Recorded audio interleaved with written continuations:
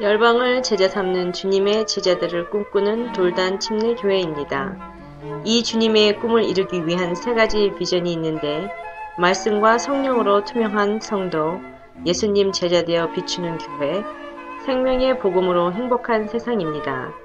이 비전을 통해서 주님의 명령에 순종하는 삶을 살면서 동시에 예수님의 재림과 성도의 부활을 소망하는 아름다운 공동체입니다. 오늘 주시는 생명의 말씀을 통해 새로워지고 다시 회복되며 믿음을 더 뿌리내리는 은혜의 시간이 되시길 기도드립니다.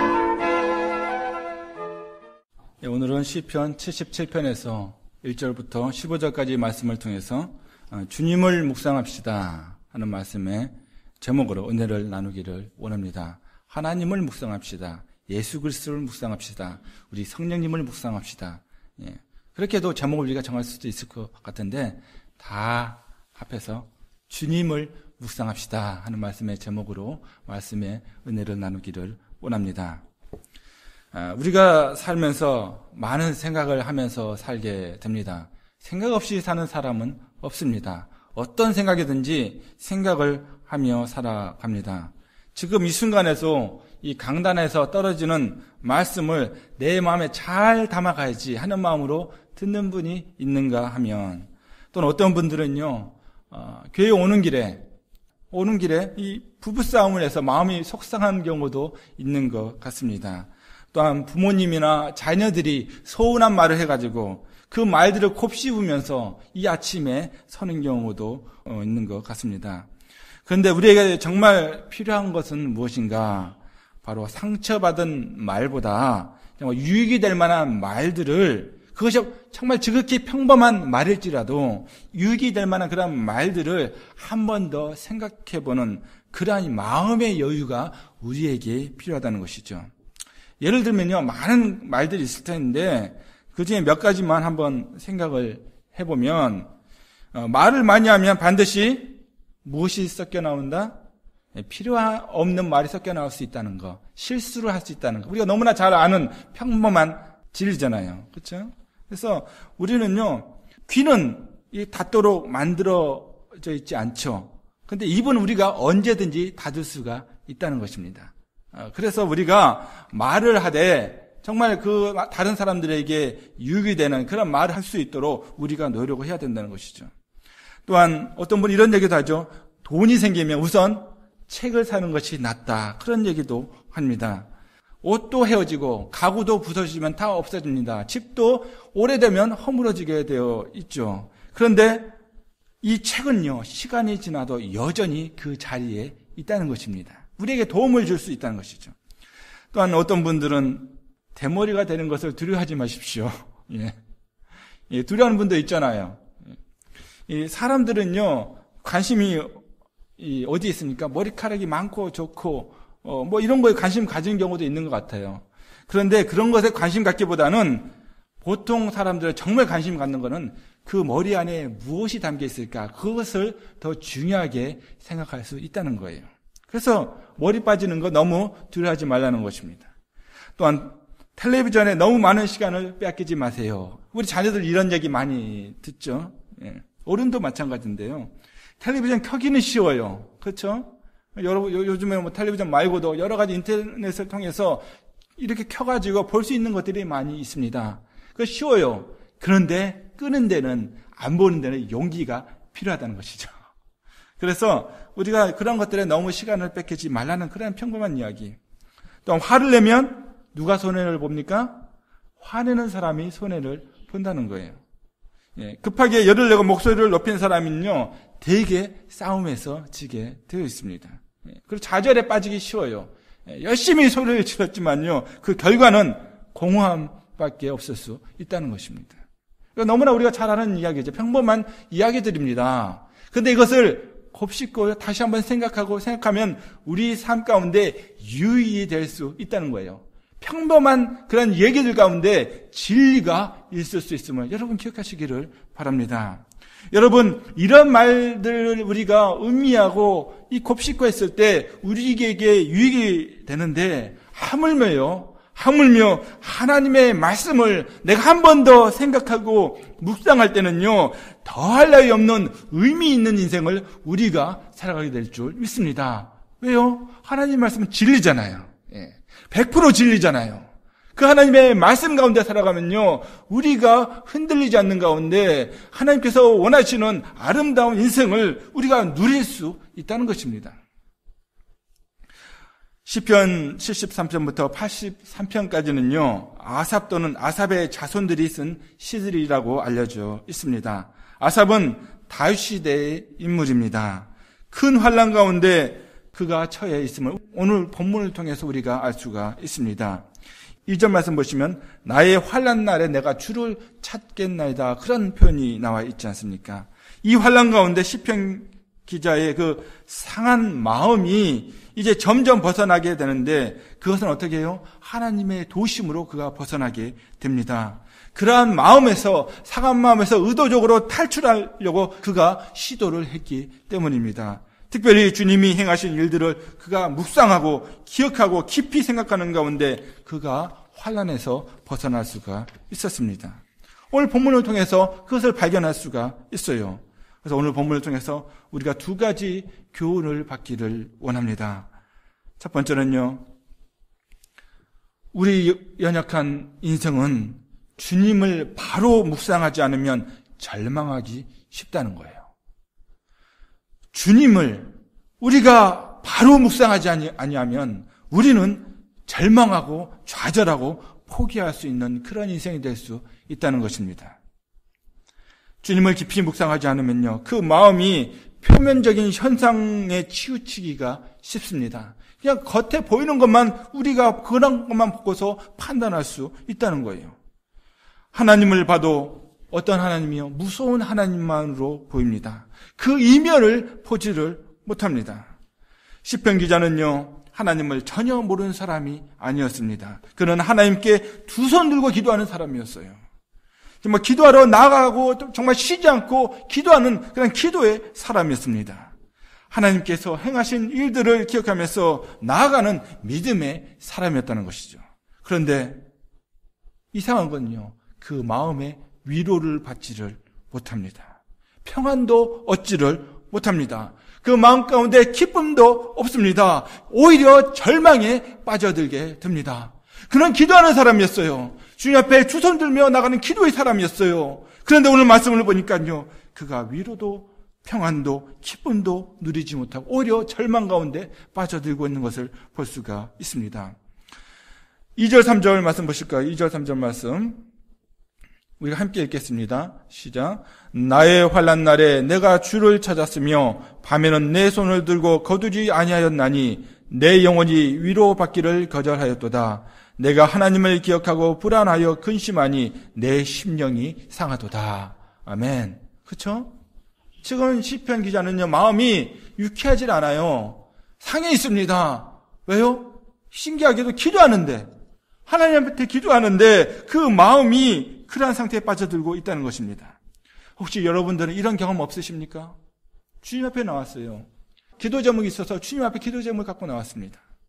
근데요, 위로가 되지를 않습니다. 기도하면 기도할수록 더 마음이 더 불안해집니다.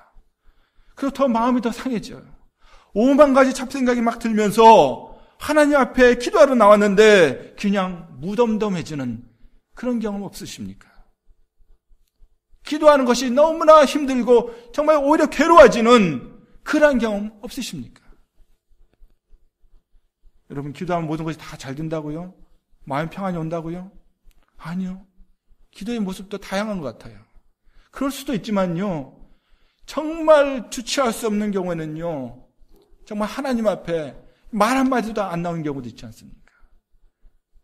너무나 답답하고 괴로우니까 그냥 눈물만 나오는 경우도 있잖아요. 오히려 불안해질 수도 있다는 것입니다. 그런데 왜 이런 일이 일어나나요?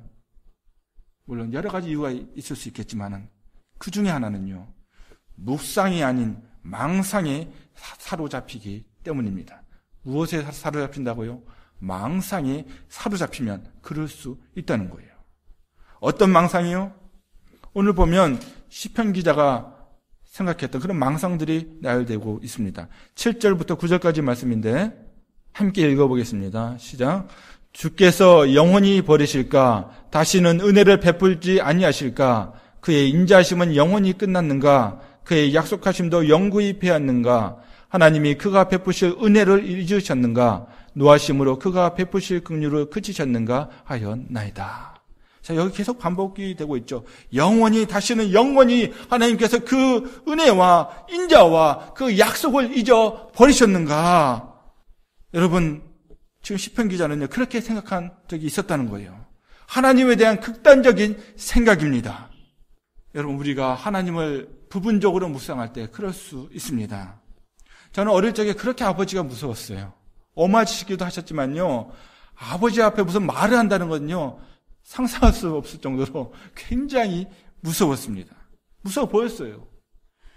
근데 지나가서 생각해 보면요, 무섭게 해야만 하는 때가 아버지에게 있었음을 이해하게 되는 순간이 있었습니다. 어쩌면 제가요, 어릴 적에 너무 아버지의 한쪽만을 보고서 잘 이해하지 못했다는 그런 생각이 들었습니다. 아버지는 아버지대로 자란 환경 가운데 그런 아버지의 모습이 되었을 거예요. 그렇죠? 그런데 단표면적으로 그 무서운 것만 보고서 아버지에 대해서 너무나 한쪽으로만 치우쳐서 생각한 저의 모습이 있음을 보게 되었습니다. 그래서요, 우리가 하나님을 묵상할 때도 바로 묵상하지 못하면 정말 다급해서 하나님 앞에 있을 뿐이지, 정말 급해서 하나님 앞에 있을 뿐이지, 그 하나님 앞에 위로받지 못하고 오히려 두려움에 떨고 그 앞에서 위축되어지는 그러한 상황에 우리가 처할 수도 있다는 사실입니다. 사랑하는 성도 여러분, 하나님은요, 결코 우리를 잊지 않으시는 분임을 여러분 기억하시기를 바랍니다. 결코 우리를 버리지도 않으시고요, 떠나지도 않으시는 그러한 하나님이심을 여러분 기억하시기를 바랍니다. 근데 시편 기자는 어떻게 생각했어요? 하나님은 영구히 우리를 잊으셨나? 그 자비를 잊으셨나? 그 약속을 잊으셨나? 그가 그렇게 생각을 했다는 것이죠. 그렇죠. 우리 하나님은 그러한 하나님이 아니심을 여러분 기억하시기를 바랍니다. 이사야서 49장 15절 말씀 함께 읽겠습니다. 시작. 이 여인이 어찌 그 젖먹는 자식을 잊겠으며 자기 태에서 난 아들을 긍휼히 여기지 않겠느냐? 그들은 혹시 있을지라도 나는 너를 잊지 아니할 것이다. 아멘. 부모가 자녀를 어떻게 잊겠습니까? 어머니 아버지가 그 태에서 자녀를 낳았는데 어떻게 그 자녀를 잊겠어요? 그런데 그 부모가 그 자녀를 잊을지라도 나는 잊지 않겠다는 거예요. 나는 누굽니까? 하나님은, 나의 주님은 절대 그 양들을 잊지 않겠다고 약속하고 계심을 여러분 기억하시기를 바랍니다. 그분이 우리 하나님이에요. 이것이 바른 묵상입니다. 하나님께서 무섭게 심판하는 상황도 있어요. 그렇지만요, 그 하나님은 또한 사랑의 하나님으로서 우리를 결코 잊지 않겠다고 약속하고 계심을 여러분 기억하시기를 바랍니다. 그런데요, 예수님의 제자들도 묵상에 실패했어요. 그렇기 때문에 그들이 좌절합니다. 슬픔에서 벗어나지 못하는 모습을 성경에서 보여주고 있습니다. 예수님께서 십자가에서 돌아가셨습니다. 그리고 예언하신 대로 다시 3일 만에 부활하셨어요. 수많은 사람들 앞에 예수님께서 명백하게 부활하셨습니다. 실제 역사적인 사건이었어요. 그리고 제자들에게 보이셨습니다. 그러면 상식적으로 어떻게 돼요? 예수님께서 약속대로 살아나셨잖아요. 그럼 예수님을 적극적으로 믿고 예수님께서 원하신 대로 살아가는 것이 당연히 상식적인 거예요. 눈앞에서 부활하셨으니까. 그런데요, 그렇지 않았다는 거예요. 제자들이 그렇지 않았어요, 그 순간에. 제자들 중에 글로바라는 제자와 함께 다른 제자가 엠마오로 내려갑니다. 이미 예수님의 부활의 소식을 이들이 알고 있었습니다. 그들의 스승이 다시 돌아왔는데도 그들의 태도가 전혀 변하지를 않았습니다. 누가복음 24장 13절 17절까지 말씀을 보면요, 그들은 오히려 침통한 표정으로 길을 걸어가고 있다고 표현하고 있습니다. 부활하셨으면 기뻐해야 되는데 그들은요, 침통했어요. 절망 가운데 있었습니다. 이해가 잘 안 되죠. 그들은 성경에 대해서 많은 이야기를 주고받으며 길을 걸어가고 있었습니다. 이야기를 주고받았다는 이 표현은요, 열띤 토론을 하면서 그들이 길을 걸어가고 있었다는 거예요. 그 엠마오를 향해서. 아마 그들은요, 선지자들의 이야기도 했을 것입니다. 예수님의 가르침에 대해서 다시 말을 했을 것입니다. 왜 예수님이 죽어야 했는지, 그분은 정말 실패자인지, 성공하신 분인지, 우리 민족의 장래는 이제 어떻게 될 것인지 등등 그들은 많은 이야기를 나눴을 것입니다. 그럼에도 그들은요, 여전히 어땠다고요? 절망감에 사로잡혀 있었습니다. 침통한 마음으로, 표정으로 그들이 길을 걸어가고 있었다는 거예요. 여러분, 무엇이 문제입니까? 여러분, 무엇이 문제예요? 예수님께서 다시 부활하셨고 분명히 나타나서 그 눈앞에 보여주셨는데 지금 무엇이 문제입니까? 여러분, 제가 보기에는요, 그들이 묵상에 실패했기 때문에 그럴 수밖에 없었다는 거예요. 성경에 대해서 얘기했어요. 예수님에 대해서 얘기했을 것입니다. 그렇지만 그것에 대해서 바른 묵상이 되지 않았기 때문에 그들은요, 계속해서 침통한 표정을 얼굴에서 지울 수가 없었다는 것입니다. 그래서 예수님께서 어떻게 하십니까? 참으로 답답한 마음에 성경에 있는 말씀과 예수님의 부활의 사건을 정말 구슬을 꿰듯이 차근차근 설명을 해 주십니다. 어떤 말씀을 했는지 잘 모르겠어요. 그런데 아마 이런 구절들을, 이런 성경의 내용을 얘기하지 않으셨을까 생각이 듭니다. 창세기 3장 15절부터 시작했을지 모릅니다. 구속의 주님을 처음 언급한 성경 말씀입니다. 창세기 22장을 말씀하셨을지도 모릅니다. 아브라함이 사랑하는 아들 이삭을 바치는 장면입니다. 그리고 유월절 제사의 희생, 성막의 의식, 속죄 제사를 언급하셨을 수도 있습니다. 그리고 이사야서 53장에 고난받는 종에 대해서도 말씀하셨으리라 생각이 됩니다.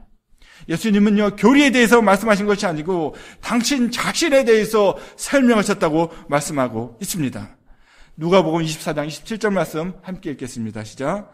이에 모세와 모든 선지자의 글로 시작하여 모든 성경에 쓴 바 자기에 관한 것을 자세히 설명하시니라. 아멘. 예수님께서 말씀하셨어요. 누구에 대해서? 당신에 대해서 성경에 선지자, 모세로부터 선지자에 이르기까지 자신에 대해서 쓰여져 있는 내용을 제자들에게 하나하나 설명을 해줬다는 말씀입니다. 여러분, 저자직강이란 말 아세요? 어떤 사람이 책을 썼으면 그 책을 쓴 사람이 직접 강의를 하는 거, 그걸 저자직강이라고 그러죠. 뭐 그런 사람들이 어떤 학원에서 강의를 한다고 그러면 사람들이 막 몰려들잖아요. 왜요? 그 사람이 직접 썼으니까 제대로 가르쳐 줄 것이다 하는 생각이 있잖아요. 기대감이 있잖아요. 여러분, 지금요, 예수님께서 저자로서 삼위일체 하나님으로서 정말 성경을 읽는 그 내용을 맥을 짚어서 지금 직강을 하고 있는 거예요. 그럼 그 누구의 설명보다도 정확한 설명을 이제 그 제자들이 듣게 되는 그러한 상황입니다. 이보다 더 훌륭한 강의는 없습니다. 그러니까 그 제자들이 어떻게 돼요? 압도가 되어 버립니다. 그 설명이 압도가 되어 버려요. 그들이 지금까지 알았던 것은 무엇인가? 머리에만 채우는 지식이었다는 거예요. 난리지 그냥 지식이었다는 거예요. 그 이상도 그 이하가 아니었다는 것입니다. 차가운 지식이었어요. 그러나 예수님을 통해서 바른 말씀을, 설명을 듣고서 묵상을 하게 되니까 어떻게 됩니까? 그 마음에 감동이 일어나게 됩니다. 뜨거운 지식이 되어 버렸다는 것이죠. 그래서 제자들이 얘기하지 않습니까? 그 말씀을 들을 때 우리의 마음이 뜨겁지 아니하더냐. 예. 바른 묵상을 할 때 우리의 마음에 뜨거움이 일어나게 되는 줄 믿습니다. 주님이 주세요. 이것이 오늘날 우리에게 필요한 지식입니다. 성경의 창세기부터 요한계시록까지 가득 채워져 있는 예수님에 대한 지식이 나의 눈을 열게 합니다. 나의 마음을 뜨겁게 하는 역사가 일어나게 할 줄 믿습니다. 여러분, 40명이나 되는 사람들이 이 성경책을 썼어요. 1500년이라는 긴 시간 가운데 이 성경을 썼는데요, 일관성이 있습니다. 앞뒤가 맞아요. 다 다른 지옥 가운데 태어난 사람들이 하나의 말씀을 썼는데요, 그 약속의 말씀, 예언의 말씀이 예수를 통해서 다 이루어지는 것이 성경의 신비라는 것입니다. 경이로운 마음이 우리 마음 가운데 일어나야 돼요. 이 성경은요, 그냥 책이 아닙니다. 더 바이블입니다. 성경입니다. 거룩한 하나님의 말씀입니다.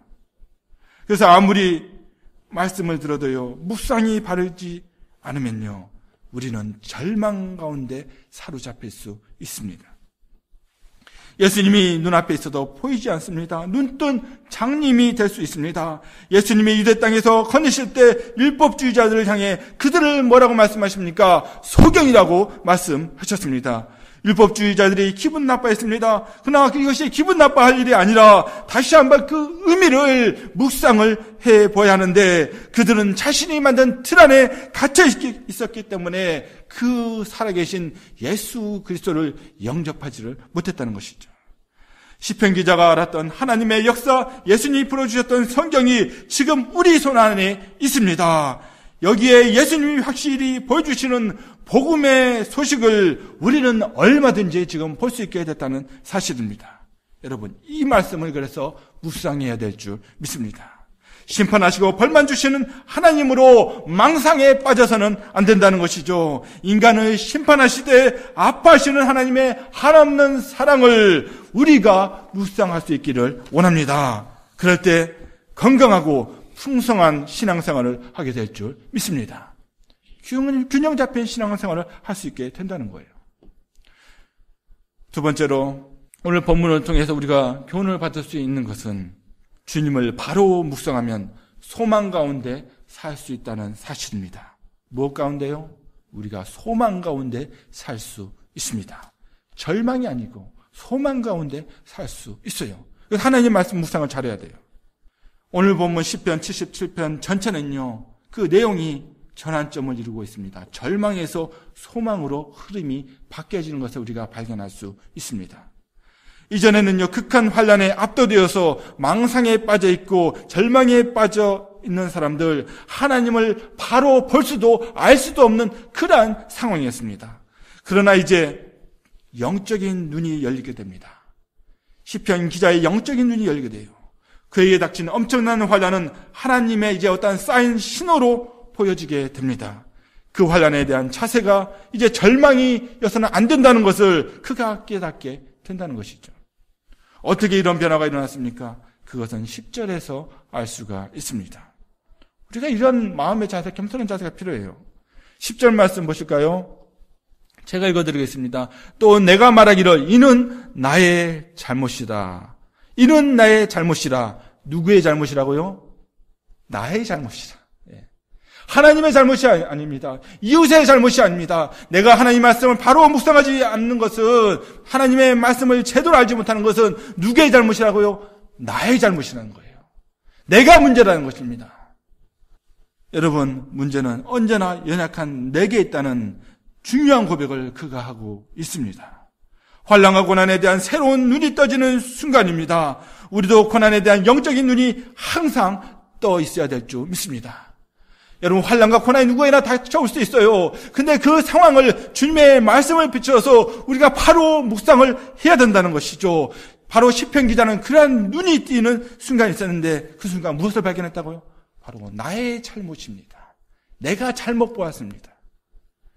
여러분, 고난의 학교라고 얘기를 들어본 적 있습니까? 신앙생활을 할 때 고난의 학교에는 4단계 클래스가 있다고 합니다. 첫 번째 클래스는요, 나는 고난을 견딜 수밖에 없습니다. 라는 말을 하는 법을 배우는 곳입니다. 고난에 대해 불평을 하면서도 견디지 않으면 안 되는 필연적인 멍해로 생각하는 사람들이 모인 것이 첫 번째 클래스라고 합니다. 나는 고난을 견딜 수밖에 없습니다. 두 번째 클래스는요, 나는 참고 견딘다라고 말하는 사람들이 모여있는 곳입니다. 무섭기는 하지만요, 고난을 하나님의 이름으로 자발적으로 떠맞는 사람들이 모인 곳입니다. 세 번째 클래스는 나는 고난을 견딜 수 있습니다 라고 말하는 사람들이 모여있는 곳입니다. 여기서는 고난을 견디는 것이 이제 훈련이 되어서 고난을 당할 때 하나님의 말씀이 얼마나 강하고 빛을 발하는 줄 알고 평강을 체험하는 것이 세 번째 클래스라고 합니다. 네 번째 클래스는요, 나는 고난을 겪을 필요가 있습니다 라고 말하는 사람들이 모여있는 곳입니다. 여기서는 이제 고난이 짐이 아니라 하나님의 자녀임을 나타내는 표적이 되고 시험을 당하면 오히려 기뻐하는 그런 말씀의 권면을 이해하게 되는 그런 사람들이 모여있는 곳이라고 합니다. 사도 바울이 그런 사람이었죠. 그가 고난은 당하였다나 기쁨을 얘기했잖아요. 그렇죠? 사랑하는 성도 여러분, 현재 어떤 클래스에 소속이 되어 있으십니까? 고난을 맞이 못해서 짊어지는 사람에겐 절망감은요, 필연적이에요. 맞이 못해서 고난을 보는 사람은. 그러나 고난이 축복의 통로임을 확신하고 믿는 사람에게는 오히려 하나님께서 기쁨을 그에게 주실 줄 믿습니다. 기쁨을 짜내는 것이 아니고요, 하나님께서 주시는 성령님의 능력으로 말미암아서 누리는 놀라운 기쁨의 능력을 체험하게 될 줄 믿습니다. 이전에는 하나님을 반쪽만 이해했다면 이제는 하나님을 깊이 묵상함으로 고난을 온전히 이해하게 되는 시편 기자를 오늘 발견할 수 있다는 것입니다. 12절에 이젠 감상에 젖어 있지 않고요, 절망감에 사로잡혀 있지 않고 의지적으로 주님이 하신 일을 깊이 생각하고 주의 모든 일을 내가 묵상하겠다고 고백을 합니다. 이제 모든 것을 다 묵상하겠다고, 어떤 부분적인 것만 내가 묵상하는 것이 아니고 주의 모든 일, 주의 모든 말씀을 내가 이제 묵상하겠습니다 라고 그가 고백을 합니다. 여러분, 이것이 참으로 중요한 묵상의 자세인 줄 믿습니다. 나에게 마음에 맞는 그런 말씀만 묵상하는 것이 아니고요, 모든 주의 말씀을 묵상하고자 하는 그 열린 자세가 참으로 중요한 묵상의 자세라는 것이죠. 여러분, 성경을 단편적으로 보게 되면요, 극단적인 생각에 빠질 수 있습니다. 그런 경우는 지금도 얼마든지 있어요. 하나님을 내 틀에 맞추는 실수를 범할 수 있어요. 하나님이 내 틀에 맞아야 돼요.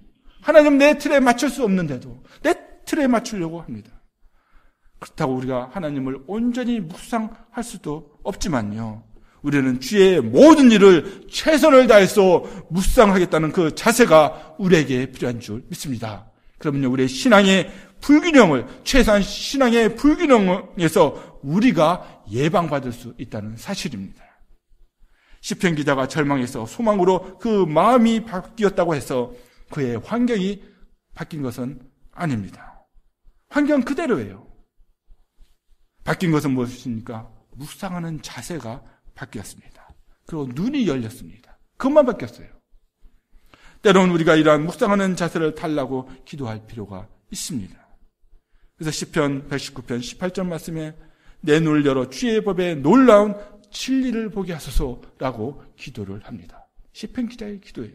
내 눈을 열어 주시옵소서, 내 마음의 눈을 열어 주시옵소서. 그래서 이 하나님의 말씀, 나의 말씀이 될 수 있도록 주님 도와주시옵소서 기도했어요. 그래서 우리가 말씀 볼 때도 기도를 해야 되는 거예요.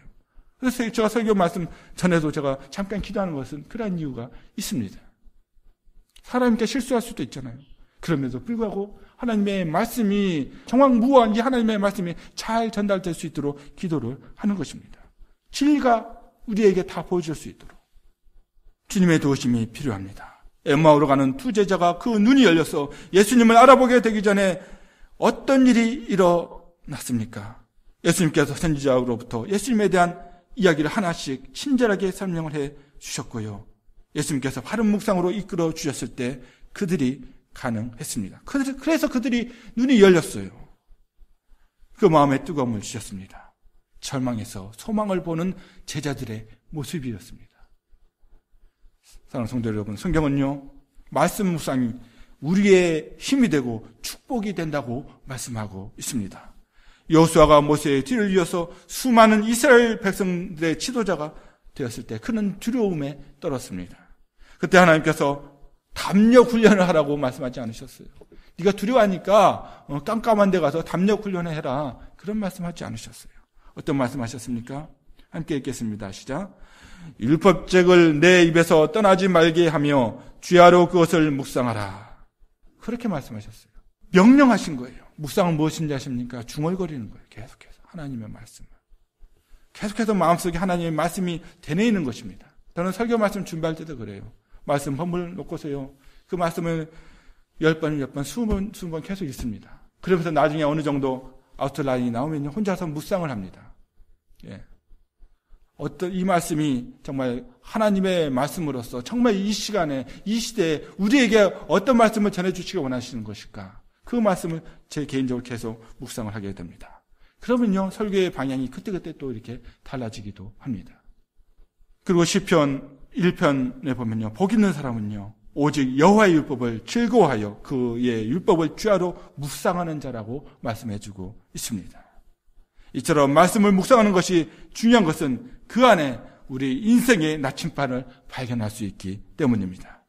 우리의 인생의 시작과 끝, 그리고 가야 할 바른 방향을 우리에게 제시해 줍니다. 사랑하는 성도 여러분, 그래서 오늘 본문의 시편 기자는 내가 꼭 기억할 것입니다. 제가 묵상하고 깊이 생각할 것입니다 하면서 반복해서 다짐하고 있다는 사실입니다. 왜 그렇습니까? 소망을 잊지 않기 위해서 내가 주님의 말씀을 묵상하겠습니다. 그렇게 얘기하고 있는 거예요. 여러분, 어린아이에게 예방주사 맞을 때 빵긋 웃으면서 여기 주사 놔주세요 하면서 그런 악이 없어요. 예. 안 도망가면 다행이에요. 예. 막 웁니다. 이 아기가 그래요. 그런데요, 그 고통을 잠깐 참고 나면 어떻게 됩니까? 따끔한 거 참고 나면 이 병이 예방이 되는 거예요. 예방이 됩니다. 더 큰 아픔에서 해방이 될 수 있는 거예요. 예방이 됩니다. 우리가 환난과 고난을 받을 수 있습니다. 그럴 때 우리는 다시 한번 예수님 안에서 깊이 묵상하기를 원합니다. 히브리서 3장 1절 말씀 함께 읽겠습니다. 시작.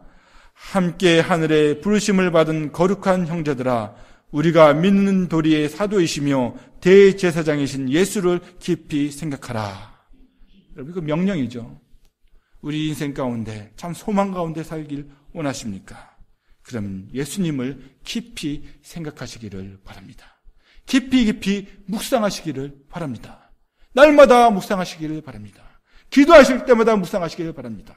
찬양하실 때마다 묵상하시기를 바랍니다. 예배하실 때마다 그 주님을 깊이 묵상하시기를 바랍니다. 바로 나의 죄를 위해서 십자가상에서 돌아가신, 나의 모든 죄를 다 사하신, 다시 약속대로 부활하신, 다시 오신다고 약속하신 그 예수 그리스도를 깊이 묵상하시기를 바랍니다.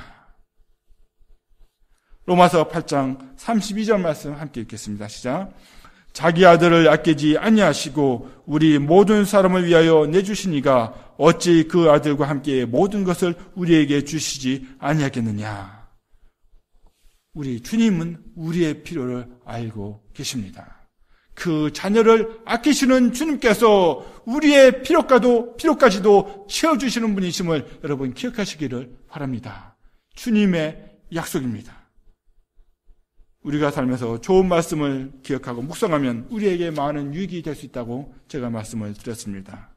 그리고 가장 유익한 말씀은 성경 말씀입니다. 수천 년이 지나도 세계에서 가장 많이 읽히는 책이 바로 성경책입니다. 그러나 많이 읽는 것보다 더 중요한 것이 무엇인지 아십니까? 바로 바른 말씀 묵상이라는 것입니다. 제자들도 실패했고 시편 기자도 실패했지만 다시 소망 가운데 깨달은 것 무엇입니까? 바로 바른 말씀의 묵상이었습니다. 큰 환난과 고난이 닥쳐왔을 때 심판하시는 하나님만 생각하면 절망의 늪에서 빠져나올 수가 없습니다. 망상에 빠질 수 있습니다. 기도하면 더 근심에 쌓일 수 있습니다. 그러나 성령님의 은혜로 말씀을 온전히 묵상할 때 우리가 참 하나님을 발견하게 되고 오히려 환난 가운데 소망을 잃지 않게 될 줄 믿습니다. 바로 오늘부터 성경 말씀을 펴시길 바랍니다. 매일같이 하나님의 말씀을 보고서 깊고 깊은 말씀의 묵상의 세계로 들어가시기를 바랍니다. 내가 하나님의 모든 말씀을 묵상하게 하겠다고 그렇게 하나님 앞에 다짐하며 나가는 진리 안에서 자유함을 누리는 저와 여러분이 되기를 주님의 이름으로 축원을 드립니다. 기도하시겠습니다. 오늘도 말씀에 온전히 순종하셔서 풍성한 삶을 살아가시기를 기도합니다. 열방을 제재 삼는 주님의 제자들 돌단 침례교회 예배 시간 말씀이었습니다. 사랑합니다. 축복합니다.